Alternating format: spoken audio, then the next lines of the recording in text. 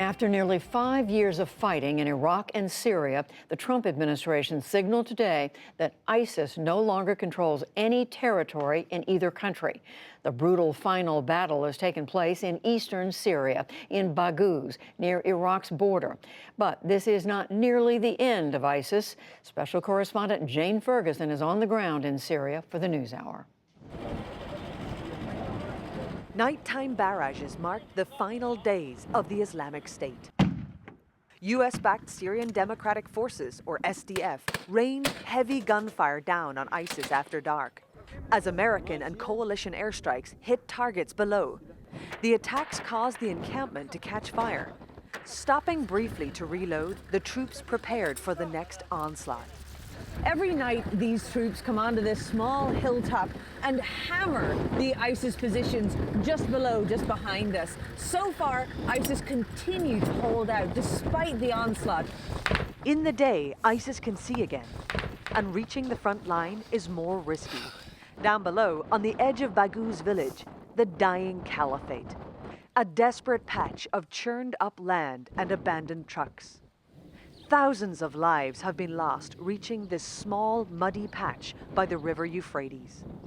It has taken over 4 years and an international coalition to back ISIS into this tiny corner just over this berm. But even now, they're having to show some restraint because all around in the area, they know there will be civilians embedded in there with ISIS. Nearby, snipers picked off fighters who popped up from the tunnels and trenches ISIS had dug.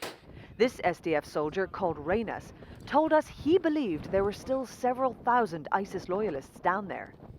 There are still women there, he told us. There are female fighters, around 50.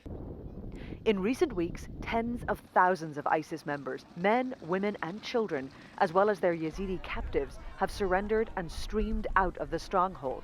Many sick and exhausted. Dozens of children died on the miserable march before making it to the trucks that take them to refugee camps. We left Iraq because of the airstrikes and artillery bombing. We came to Syria and the same thing happened to us. For the victors, the final defeat of ISIS marks the end of a long and bloody campaign.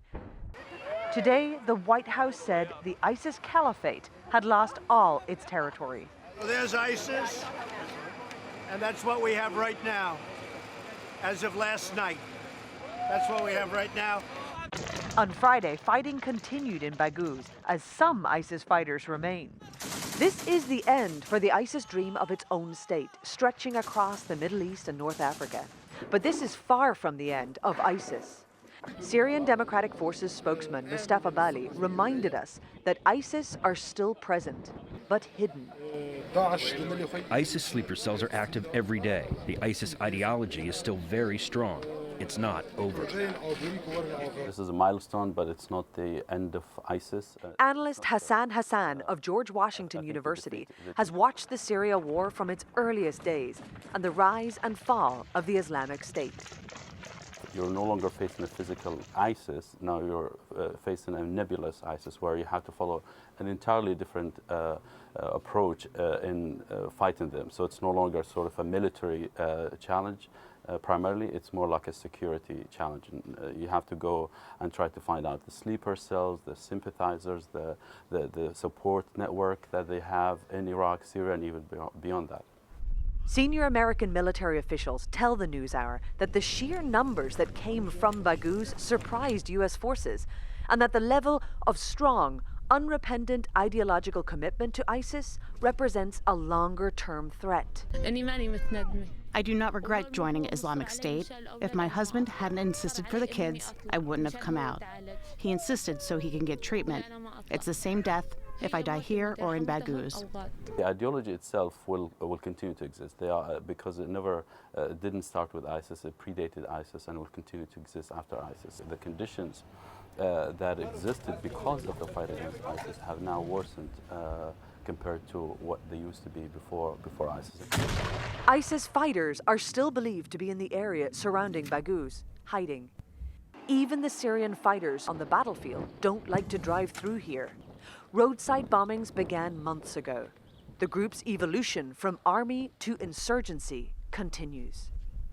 For the PBS NewsHour, I'm Jane Ferguson in Baghouz, eastern Syria.